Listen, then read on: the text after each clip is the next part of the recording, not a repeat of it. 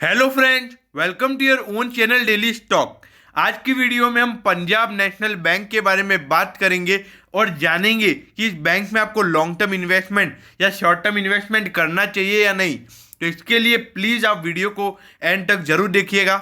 और अगर अभी तक आपने हमारे चैनल को सब्सक्राइब नहीं किया है तो प्लीज़ आप हमारे चैनल को जरूर सब्सक्राइब कर दीजिए, क्योंकि इससे क्या होगा कि हम जो भी नई वीडियो डालेंगे उसका नोटिफिकेशन आपको मिल जाएगा और आप हमारी एक भी वीडियो मिस नहीं कर पाओगे। तो चलिए अब हम पीएनबी पंजाब नेशनल बैंक का एनालिसिस करना चालू करते हैं। पंजाब नेशनल बैंक एक पब्लिक सेक्टर बैंक है, मतलब गवर्नमेंट बैंक है ये। तो इसके अंदर पहली बात मैं आपको एक बात और बता दूं, किसी भी गवर्नमेंट बैंक ने उतने रिटर्न नहीं दिए हैं जितने की पब्लिक सेक्टर बैंक ने दिए हैं। सॉरी, जितने भी गवर्नमेंट बैंक ने उतने रिटर्न नहीं दिए हैं जितने की प्राइवेट सेक्टर बैंक ने लोगों को रिटर्न दिए हैं। ऐसा क्यों, ऐसा मैं आपको वीडियो के बीच में जरूर बताऊंगा, इसलिए आप वीडियो को एंड तक जरूर देखिएगा, क्योंकि इस वीडियो का एक एक चीज इंपॉर्टेंट है आपके लिए अगर आपको इस बैंक में इन्वेस्टमेंट करना है तो पंजाब नेशनल बैंक एक पब्लिक सेक्टर बैंक है जो कि वेरियस बैंकिंग सर्विसेज प्रोवाइड करवाता है। अब क्या बैंकिंग सर्विसेज प्रोवाइड करता है इसके बारे में मैं ब्रीफ में नहीं बताऊंगा, क्योंकि एक बैंक डिपॉजिट लेता है फिर उसके बाद लोन देता है और उसके बीच में उसका मुनाफा होता है, तो यही एक हर बैंक प्रोवाइड करवाता है। उसके अलावा वो agriculture loan, corporate banking, personal banking, digital banking, social banking, ऐसे सारी सर्विसेज हर बैंक प्रोवाइड करवाता है। तो आगे चल के हम फंडामेंटल एनालिसिस देखते हैं कि क्या पंजाब नेशनल बैंक एक अच्छे पोजीशन पे स्टैंड करता है, क्या इसमें इन्वेस्टमेंट बनता है। तो चलिए हम अगली स्लाइड से वो देखना शुरू करते हैं। तो देखिए, अगर मैं कंपनी के मार्केट कैपिटलाइजेशन की बात करूं तो लगभग 28,200 का इसका मार्केट कैपिटलाइजेशन है, जो कि लगभग बैंक ऑफ बड़ौदा से भी ज़्यादा है। तो एक तरीके से देखा जाए तो पब्लिक सेक्टर के हिसाब से ये मार्केट कैपिटलाइजेशन थोड़ा ओके है, लेकिन ये जिस तरीके का जितना बड़ा ये बैंक है उसके हिसाब से ये शेयर अभी आपको सस्ते रेटों पे मिल रहा है। इसका मार्केट कैपिटलाइजेशन लगभग 50-60 हज़ार करोड़ तो होना ही चाहिए। क्यों? क्योंकि आप देखिए कि पंजाब नेशनल बैंक का मार्केट शेयर खासा अच्छा है और इसका मार्केट में पोजीशन भी खासी अच्छी है और इसका कस्टमर बेस भी खासा अच्छा है। तो इसके चलते अगर इसका मार्केट कैपिटलाइजेशन अगर इतना कम है तो इसमें ज़रूर इस कंपनी में कुछ दिक्कत वाली बात है या फिर लोगों को ये कंपनी समझ नहीं आ रही है। देखिए, अगर कंपनी के मैं पी रेशियो की बात करूं तो कंपनी का पी रेशियो खासा महंगा चल रहा है। अगर मैं सेक्टर के पी के मुकाबले बात करूं तो देखिए, सेक्टर का पी लगभग 25 चल रहा है और जबकि इसका पी रेशियो लगभग 40 के लगभग चल रहा है। तो इसीलिए मैंने आपको क्या बोला कि ये शेयर अभी सस्ते रेटों पे मिल रहा है, लेकिन भले ही कंपनी के कस्टमर बेस बढ़िया है लेकिन अपने एक्सपेंसेस पे कंट्रोल नहीं है, तो सीधी सी बात है कि कंपनी ज़्यादा मुनाफा नहीं कमा पाएगी। और इसमें एक दिक्कत वाली बात यह है कि इस कंपनी के एनपीए, मतलब जो ये बैंक है इसके एनपीए खासे ज़्यादा हैं। ये मैं आपको एट दी एंड में ज़रूर बताऊंगा। अगर इसके पीबी रेशियो की बात करें तो पीबी रेशियो के हिसाब से ये जरूर अंडर वैल्यूड स्टॉक है, लेकिन पी रेशियो के हिसाब से ये क्या था, ओवर वैल्यूड। तो इसीलिए ये शेयर थोड़ा मिक्सचर होके एक न्यूट्रल लेवल पे आपको अवेलेबल है। अगर आपको ऐसा लगता है कि बैंक की अर्निंग बढ़ेगी तो ही इसमें इन्वेस्टमेंट कीजिए, बाकी इन्वेस्टमेंट करने का मतलब नहीं है, क्योंकि धीरे धीरे अगर प्रॉफिटेबिलिटी कम होगी तो धीरे धीरे कंपनी की बुक वैल्यू भी कम होती हुई नजर आएगी। अगर मैं कंपनी के सेक्टर के पीबी की बात करूं तो ये लगभग 2.16 चल रहा है, तो सेक्टर के बुक वैल्यू के हिसाब से ये खासा सस्ता आपको मिल रहा है। तो देखिए, इसका पीबी रेशियो दिखा रहा है कि कंपनी बुक में एक स्ट्रांग है, लेकिन इसका पी रेशियो दिखा रहा है महंगा है।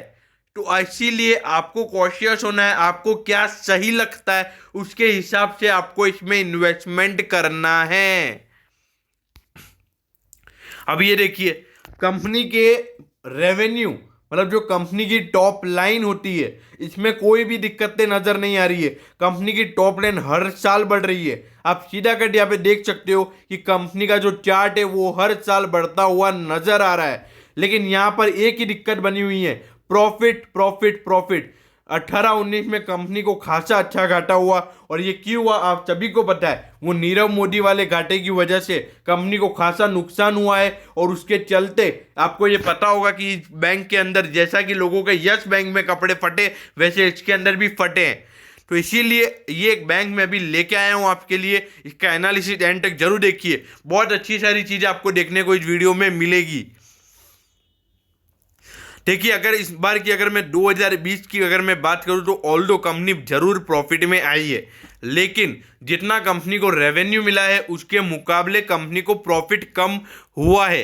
तो एक तरीके से देखा जाए तो ये एक टेंशन वाली बात नहीं है।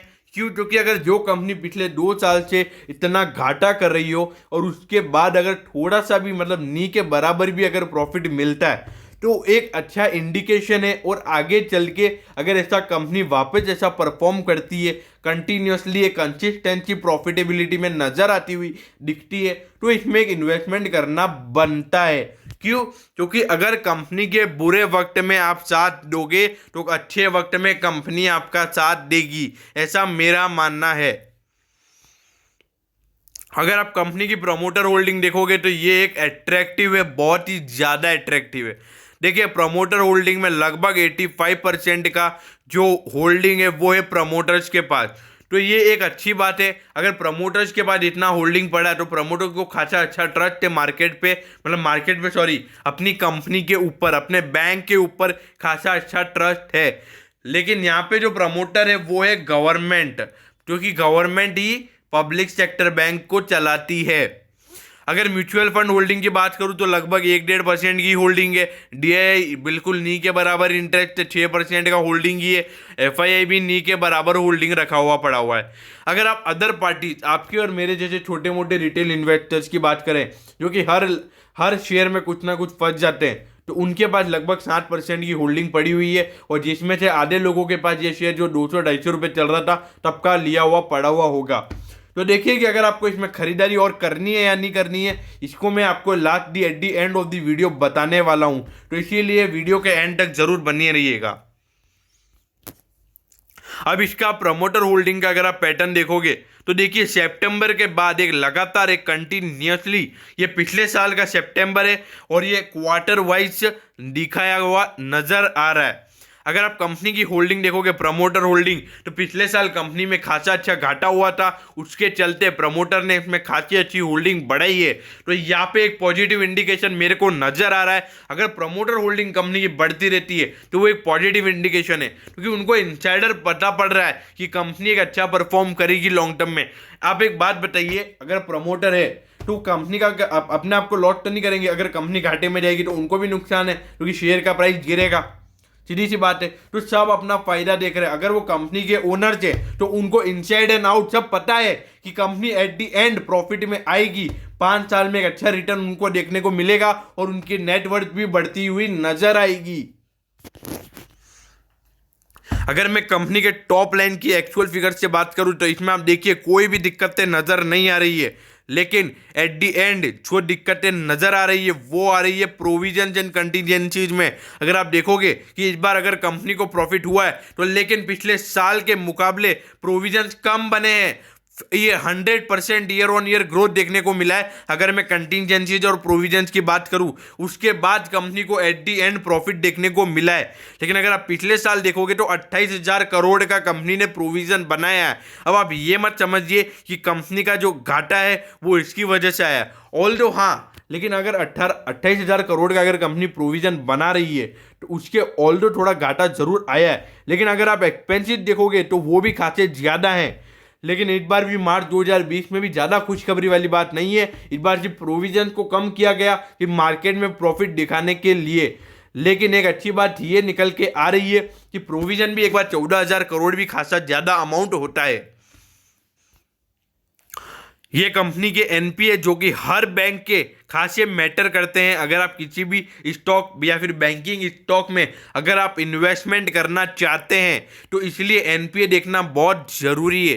अगर आप एनपीए नहीं देखोगे तो उसके चलते हो सकता है कि अगर आप मतलब बाद में अगर आपको पता पड़ा कि ये बैंक का एनपीए खासा ज़्यादा है तो इसमें एक अच्छी खासी गिरावट देखने को मिल सकती है। देखिए 18% का इसका ग्रॉस एनपीए, 16% हो गया और इस बार हो गया 14%। तो यहाँ पर इसका जो एनपीए है वो बाकी सारे बैंकों से खासा ज्यादा है, इसीलिए ये बैंक को ज्यादा बढ़ाया नहीं गया है, क्योंकि जो बैंक का एनपीए खासा ज्यादा होता है उसके डूबने के चांस ज्यादा होते हैं। यस बैंक को अगर आपने देखा होगा, यस बैंक के एनपीए के शो होने के बावजूद ही वो शेयर में गिरावट देखने को मिली थी और उसकी प्रमोटर होल्डिंग लगातार गिरती हुई नजर आ रही थी। लेकिन यहाँ पे प्रमोटर होल्डिंग लगातार बढ़ रही है तो यहाँ पे एनपीए भी लगातार गिर रहे हैं, तो दोनों चीजें पॉजिटिव दिखाई दे रही हैं। तो आगे चल के आपको एक पॉजिटिव रिटर्न तक भी देखने को मिल सकता है, ऐसा मेरा मानना है।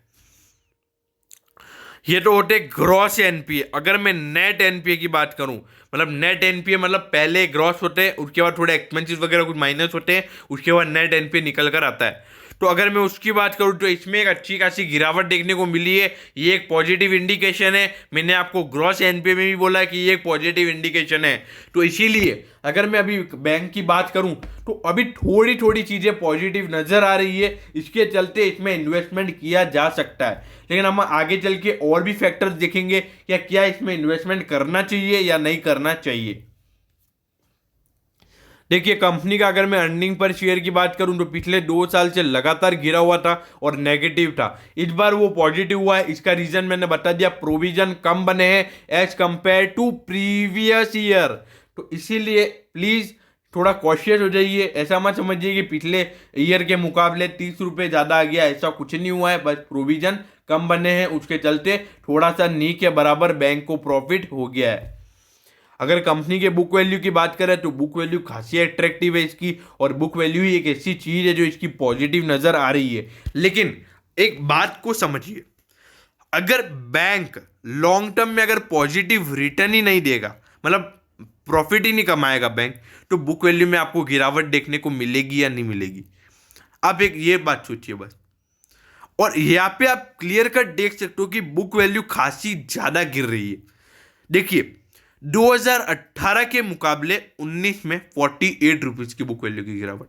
अगर इसको परसेंटेज वाइज देखा जाए तो परसेंटेज वाइज लगभग 20% की गिरावट है ये। 20 नहीं, 30% की गिरावट है ये। 30% ईयर ऑन ईयर अगर बुक वैल्यू में गिरावट है तो आप देखिए कि बुक में मतलब बुक की मतलब क्या, मतलब इतनी टेंशन चल रही है कंपनी के अंदर। लेकिन उसके बाद अगर मैं बात करूं तो थोड़ी सी राहत वाली बात जरूर है। इस बार भले ही 5 रुपये बुक वैल्यू कम हुई है, लेकिन अगर कंपनी में कि अगर मैं पंजाब नेशनल बैंक की अगर मैं बात करूं, जब से ये ओरिएंटल बैंक ऑफ कॉमर्स के साथ वो हो गया है, अपने मर्ज हो गया है, तब से थोड़ा अच्छा परफॉर्मेंस देखने को मिला है। और अभी क्वार्टर रिजल्ट भी अच्छे आए Q2 के, तो इसीलिए मेरा मानना है कि थोड़ा अच्छा परफॉर्म बैंक अभी करने लग गया है और थोड़ा अपने टेक्नोलॉजी के ऊपर भी बैंक ध्यान देने लग गया है। तो इसीलिए थोड़ा हमको देखना पड़ेगा कि कैसे हमको इन्वेस्टमेंट करना है नहीं करना है। तो इसीलिए हम इसके आगे चल के और चर्चा करेंगे। अगर मैं कंपनी के नेट इंटरेस्ट मार्जिन परसेंटेज की बात करूं, ऑल्दो ये इतना ज़्यादा जर नहीं है, लेकिन ये 2.10% है। अगर 2018 के मुकाबले में देखूं तो ये ज़्यादा है, 19 के मुकाबले कम है। लेकिन अगर 2% से ज़्यादा की अगर नेट इंटरेस्ट मार्जिन परसेंटेज हो, क्योंकि ये मेन क्या पब्लिक सेक्टर बैंक है। अगर पब्लिक सेक्टर बैंक है ना, तो उसके चलते क्या हो सकता है कि थोड़ा कम मार्जिन परसेंटेज होता है। अगर आप एसबीआई में भी देखोगे तो उसमें भी मार्जिन परसेंटेज कम है। अगर आप इसमें बैंक ऑफ बड़ौदा में देखोगे तो उसमें भी मार्जिन परसेंटेज कम है। अगर आप आईडीबीआई बैंक में देखोगे तो उसमें भी मार्जिन परसेंटेज कम है। तो प्राइवेट सेक्टर में थोड़ा मार्जिन परसेंटेज ज़्यादा रहता है। लेकिन गवर्नमेंट बैंक की अगर मैं बात करूँ, पब्लिक सेक्टर बैंक की, तो उसमें मार्जिन परसेंटेज खासा कम रहता है। क्योंकि अभी क्या कहते हैं, गवर्नमेंट बैंक है, थोड़ा लोगों को बेनिफिट देना वो देना, और इसमें क्या लॉस हो जाता है ना बैंकों को, तो भी कोई टेंशन वाली बात नहीं रहती है, क्योंकि पीछे गवर्नमेंट का हाथ जरूर रहता है। अगर इसकी ऑपरेटिंग प्रॉफिट मार्जिन परसेंटेज की मैं बात करूं, ऑल्दो है माइनस में, पिछले 2 साल के मुकाबले एक अच्छा दिख रहा है और ये एक अच्छी बात है। अगर मेरी बात मानो तो ये एक अच्छा इंडिकेशन है। अगर आपको ऐसा लग रहा है कि ये बुरा है, आपको इसमें नहीं करना चाहिए इन्वेस्टमेंट, तो आप इसको इग्नोर कर सकते हो। मतलब आपका मानना है कि इसमें इन्वेस्टमेंट नहीं करना है तो आप मत कीजिए। अगर कंपनी के नेट प्रॉफिट मार्जिन परसेंटेज की बात करूं तो भाई साहब, इसमें तो मैंने आपको बता ही दिया है कि अगर कंपनी ने प्रोविजन बहुत कम बनाया, उसके चलते थोड़ा सा मतलब नी के बराबर जो होता है उतना प्रॉफिट मिल गया।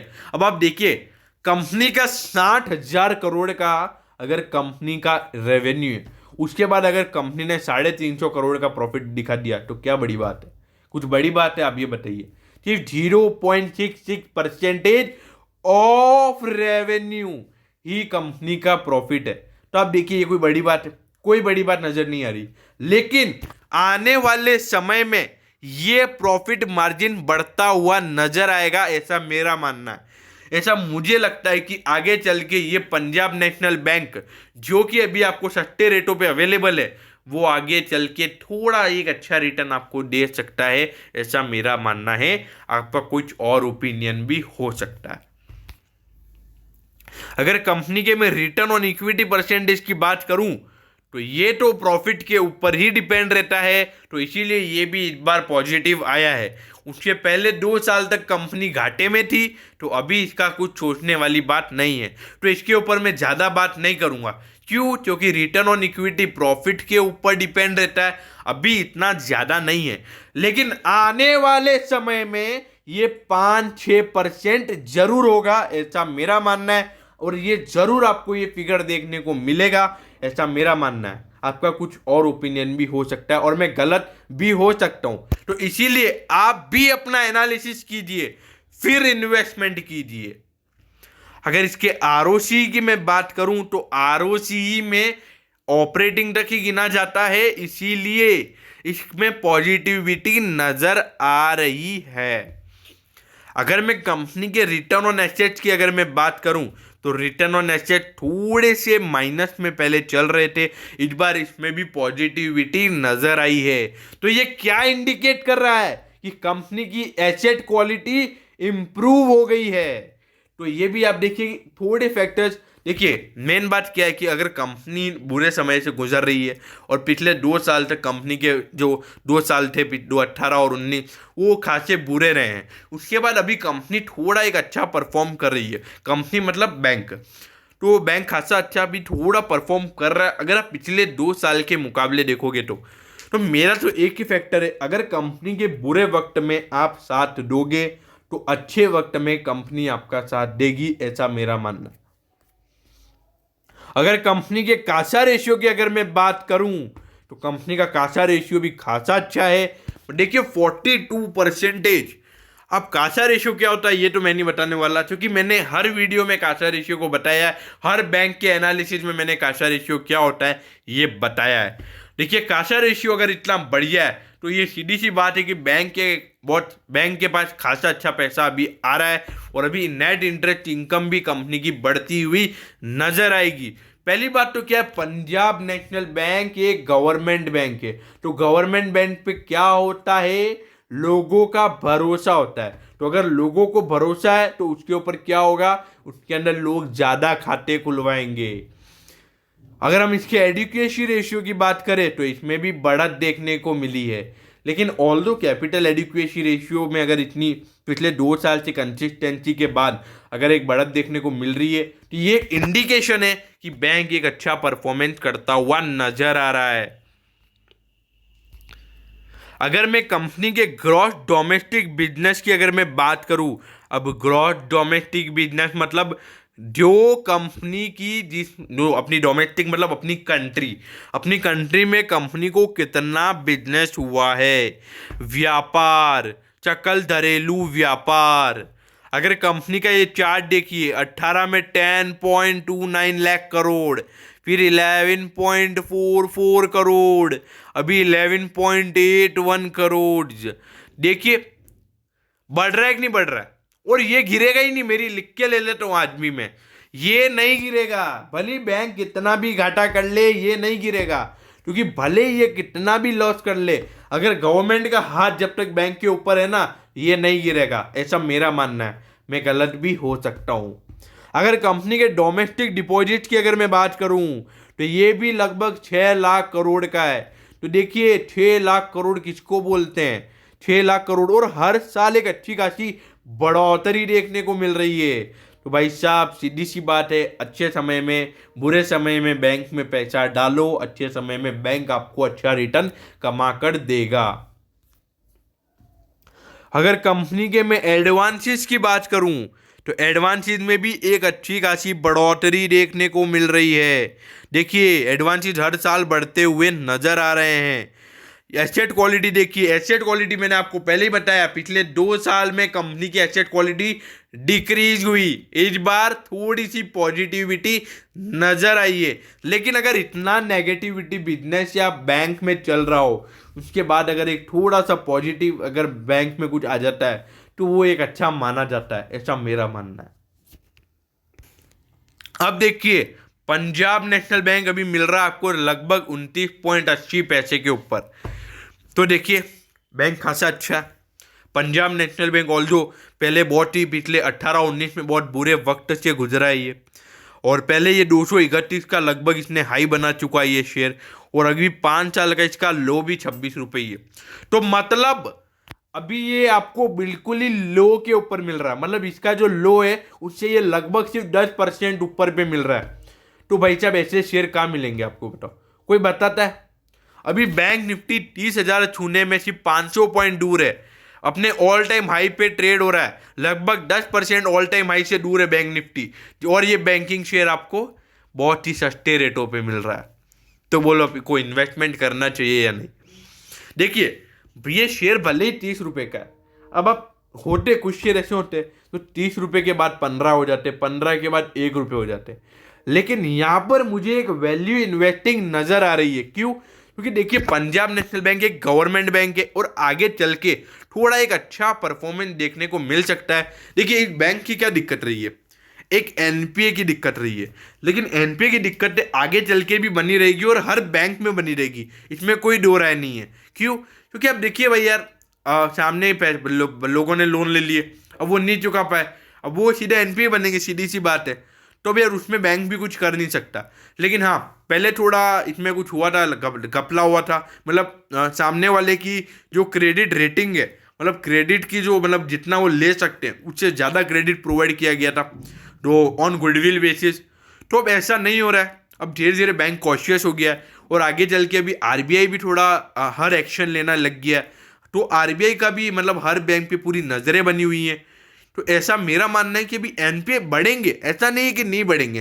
एनपीए को कम कोई नहीं कर सकता, लेकिन जो एनपीए बढ़ेंगे और जो मतलब जो इलीगल तरीके से लोन दिया जाएगा वो नहीं होगा, ऐसा मेरा मानना है। तो देखिए अभी भले बैंक को नी के बराबर प्रॉफिट हुआ, प्रोविजंस के चलते हुआ है, वो भी ये भी मैं आपको बता रहा हूँ, लेकिन आगे चल के ऐसा मेरा मानना है कि कंपनी में प्रॉफिटेबिलिटी कंटिन्यूसली बढ़ती हुई नजर आएगी। तो आप इसमें नी के बराबर मतलब इन्वेस्टमेंट कीजिए, ज़्यादा इन्वेस्टमेंट करने को मैं बोल भी नहीं रहा हूँ। देखिए अभी 29.80 रुपये पे चल रहा है, अगर अभी आप थोड़ा शेयर लोगे, बाद में थोड़ा और गिरता है, थोड़ा और लीजिए, थोड़ा और गिरता है तो और लीजिए। मेन कैपेसिटी क्या होती है कि मतलब अगर शेयर गिरता है और अगर आपके पास कैपेसिटी नहीं होती लेने की, तो सबसे बड़ा गेम वही बिगड़ जाता है और वहीं पे वैल्यू इन्वेस्टिंग बंदा नहीं कर पाता है। तो देखिए मेरे हिसाब से इस शेयर में लॉन्ग टर्म इन्वेस्टमेंट बनता है, मिनिमम 5 साल के अंदर ये आपको 100% रिटर्न तो मिनिमम देगा ही देगा। 100% तो मैं मिनिमम बोल रहा हूँ, मैक्सिमम की तो कुछ थोड़ी ही आप पर। और ये मेरे को ऐसा लगता है कि 1 साल के अंदर भी ये 100% आपको रिटर्न दे सकता है। क्यों? क्योंकि अभी आने वाले समय में मेरे को ऐसा लगता है कि अभी जो 2 क्वार्टर के रिजल्ट बचे हुए हैं उसमें ये शेयर लगभग अच्छा खासा Q2 इसके रिजल्ट आएंगे। तो अगर रिजल्ट अच्छे आएंगे तो उससे क्या होगा, बैंक एक सस्ते रेटों में मिल रहा है, न्यूज में आ जाएगा, ऑपरेटर भगाएगा इस शेयर को। तो इसीलिए अभी ये बैंक अभी इसके बुरे वक्त से गुजर रहा है, इसीलिए मैं आपको बोल रहा हूँ कि बुरे वक्त में आप इसका साथ दो, अच्छे वक्त में आपका ये साथ देगा। तो अगर आपको किसी और शेयर का एनालिसिस चाहिए हो तो आप प्लीज़ कमेंट सेक्शन में ज़रूर बता दीजिएगा। और अगर आपको वीडियो अच्छी लगी हो तो प्लीज़ आप वीडियो को लाइक कर दीजिए और अपने दोस्तों के साथ शेयर कीजिए जिनके पास मतलब बहुत कम अमाउंट है इन्वेस्टमेंट करने के लिए और वो एक अच्छे शेयरों में इन्वेस्टमेंट करना चाहते हैं। तो ये उन शेयरों में से एक है। तो अगर आपको वीडियो अच्छी लगी हो तो प्लीज़ लाइक कर दीजिएगा। Okay, thank you.